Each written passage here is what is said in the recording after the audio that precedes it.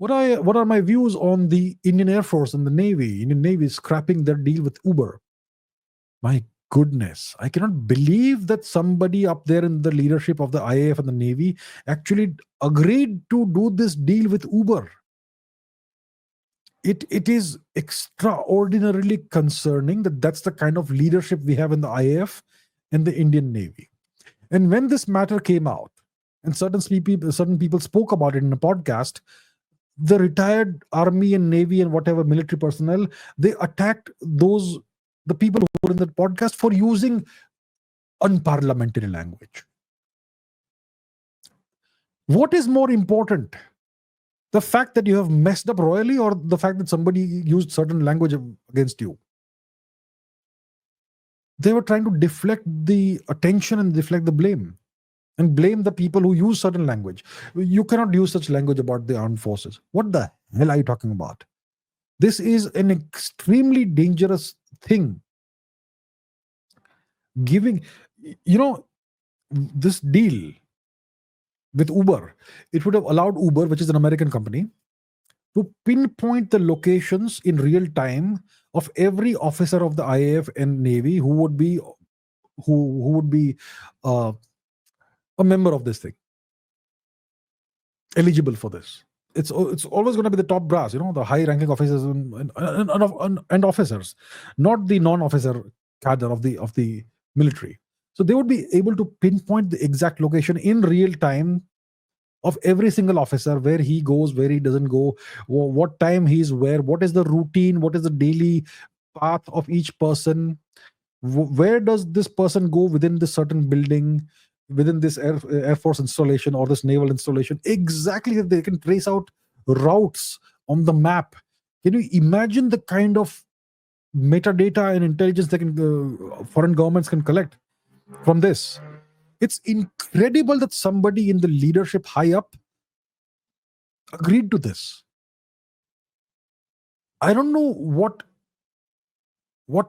word or term to use for the level of stupidity this entails. At the best, I can say this is complete and utter incompetence. That's the best I can say. I can say much worse, but I will not say that here. And I'm not saying that I'll use unparliamentary language. No. I can say much worse without the need for unparliamentary language. My God, what is going on?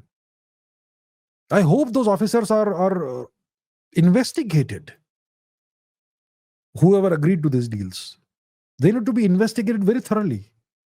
It's extremely concerning that we can be so easily compromised.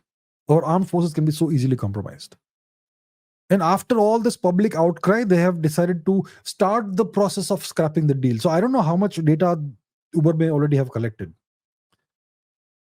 It's not just Uber, it's other apps. You have a Fitbit watch, it tracks your entire day, exactly where you are. GPS coordinates every second. That can allow foreign powers to draw detailed maps of the comings and goings of various officers in various installations, and exactly where they go and where. And if you know which officer is handling which thing, then you know exactly where that thing is located. Let's say you have an officer, hypothetical scenario, let's say you have a number of officers in the Indian Air Force, let's say, hypothetically, who are in charge of maintenance of nuclear warheads that are mated to various missiles, let's say. And somehow the foreign government knows this, that these are the officers. Now, all you have to do is to track the movements of those officers to know where they are going on a daily basis. That kind of gives you the locations of Indian nuclear warheads, doesn't it? Does India's military leadership not understand this? I think a high school student can understand this. So that why did they take this decision?